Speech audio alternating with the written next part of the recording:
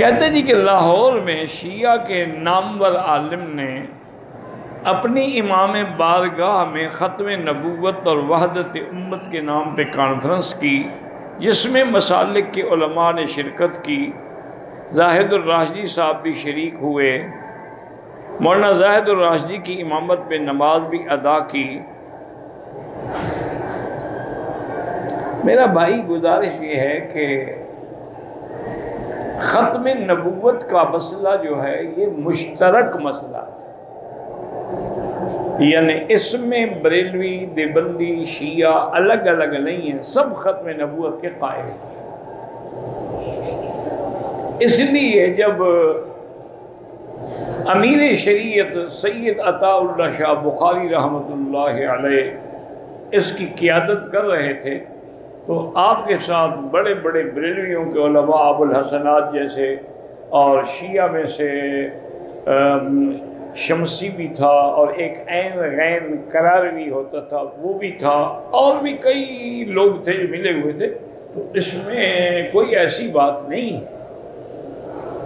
اگر ایک حق مسئلے کے لیے اپنے پرائے سب ملنا چاہتے ہیں تو ملانے کی کوشش کرنی چاہیے، نہ کہ توڑنے کی کوشش کریں۔ اگر اس نے ختم نبوت کے لیے اور وحدت امت کے لیے کوشش کی ہے تو ٹھیک ہے، اچھی بات، اس سے کم از کم ملنے کا ذریعہ تو بنے گا نا۔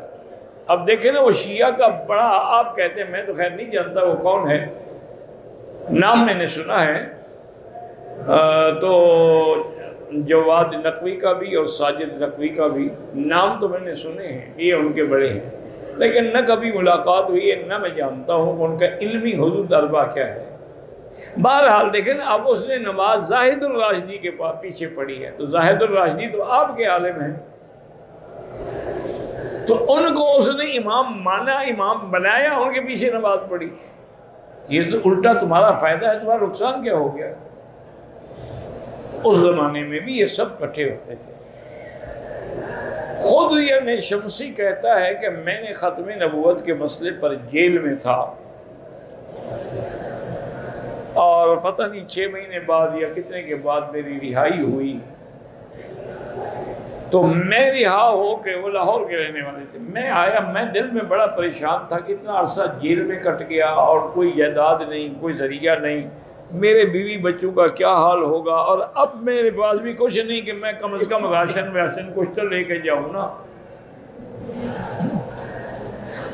وہ کہتے ہیں کہ جب میں گھر پہنچا تو میں نے دیکھا کہ ایک آدمی کھوتا ریڑھی سے بوریاں اتار رہے ہیں، آٹے کی بھی اور گھی کی بھی اور ڈبے بھی، اور میرے جاتے جاتے وہ اتر گئی تو جلدی جلدی چادر انہوں نے اوپر سے لپٹی ہوئی تھی اور جلدی جلدی چل رہے، میں پیچھے دوڑا ان کے، بھی یہ کون اللہ کا بندہ ہے جو میرے گھر میں آٹا پہنچا رہا ہے؟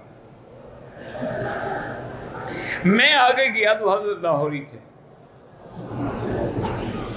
میں نے جا کے، میں تو قدموں میں گر گیا، میں نے کہا حضرت آپ نے کیا تکلیف؟ انہوں نے فرمایا بھائی آپ میرے آقا کی ختم نبوت کے لیے جیل گئے ہیں تو اتنا تو ہمارا بھی حق بنتا ہے کہ آپ کے گھر والوں کا خیال کریں، اگر آپ نے قربانی دی ہے تو اتنا حق تو ہمارا بھی بنتا ہے۔ تو یہ باتیں قابل اعتراض نہیں ہوتی ہیں۔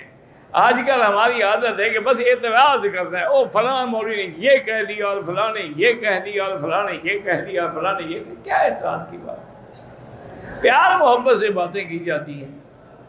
اور بڑا لطیفہ ہوا ایک دفعہ کہ جیل میں تھے یہ سب حضرات، ابو الحسنات وغیرہ بھی، شاہ جی رحمۃ اللہ علیہ، سب بڑے بڑے علماء، اور خدا کی شان ہے کہ 12 ربیع الاول کی رات جو ہے وہ جیل میں آ گئی۔ اب وہ جو بریلوی علماء تھے نا، انہوں نے آگے کہا شاہ جی سے کہ شاہ جی بات یہ ہے کہ آپ دیوبندی ہیں، آپ میلاد کے قائل نہیں ہیں، لیکن ہم تو رات میلاد منائیں گے، ہم نے تو سپرنٹینڈنٹ جیل سے اجازت لی ہے، وہ بارکیں کھول دیں گے، باہر میدان میں ہم جلسہ کریں گے۔ میں نے کہا بھی ٹھیک ہے، میں نے آپ کو منع تو نہیں کیا نا، ٹھیک ہے میں قائل نہ بھی ہوں لیکن میں نے آپ کو منع تو نہیں کیا، اگر میرے نانے کی تعریف ہوگی تو مجھے خوشی ہوگی، تکلیف تو نہیں ہوگی۔ حضور میرے نانا ہیں، تمہارے تو کچھ نہیں لگتا ہے۔ وہ ہنس پڑے۔ بہرحال اب ان سب نے فیصلہ یہ کیا کہ ایسا کریں کہ اگر ہم نے آخری تقریر رکھی نا عطا اللہ شاہ بخاری کی تو وہ سب کو دھو ڈالے گا. ہماری پہلی تقریریں اور دلائل اور ہمارے جو چیزیں ہیں ساری کو پانی پھیر دے گا. اس لیے شاہ جی سے تقریر پہلے کروا لو، بعد میں ہم کریں گے. انہوں نے آگے شاہ جی سے کہا، پہلے نعتیں ہوتی نہیں، تلاوت ہوتی. انہوں نے کہا شاہ جی فیصلہ جماعت کے یہ ہے کہ آپ پہلے تقریر فرما لیں. شاہ جی سمجھ گئے، خطیب تھے پرانے اور پرانے بڑے بڑے لوگوں سے ان کا ملنا اٹھنا. تو شاہ جی رحمت اللہ نے کہا کہ ٹھیک ہے حضرت، آپ کا جو بھی حکم ہوگا میں تو تعمیل کروں گا. حضرت نے جو تقریر شروع کی نا 12 بجے رات سے، تو اذان خود دی سٹیج پہ کھڑے ہو کر. ساری رات ہی گزر گئی. اذان دے کے کہا جی نماز پڑھو. انہوں نے کہا جی پڑھاؤ نماز. شاہ جی سید آپ آگے کھڑے. تو اس طرح بھی ہوتا ہے، کوئی جھگڑا بھی نہ ہوا، وہ میلاد بھی نہ منا سکے، شاہ جی نے اپنی سیرت کی تقریر بھی کر دی. تو اگر حوصلہ رکھو نا تو بہت سارے کام ٹھیک ہو سکتے ہیں.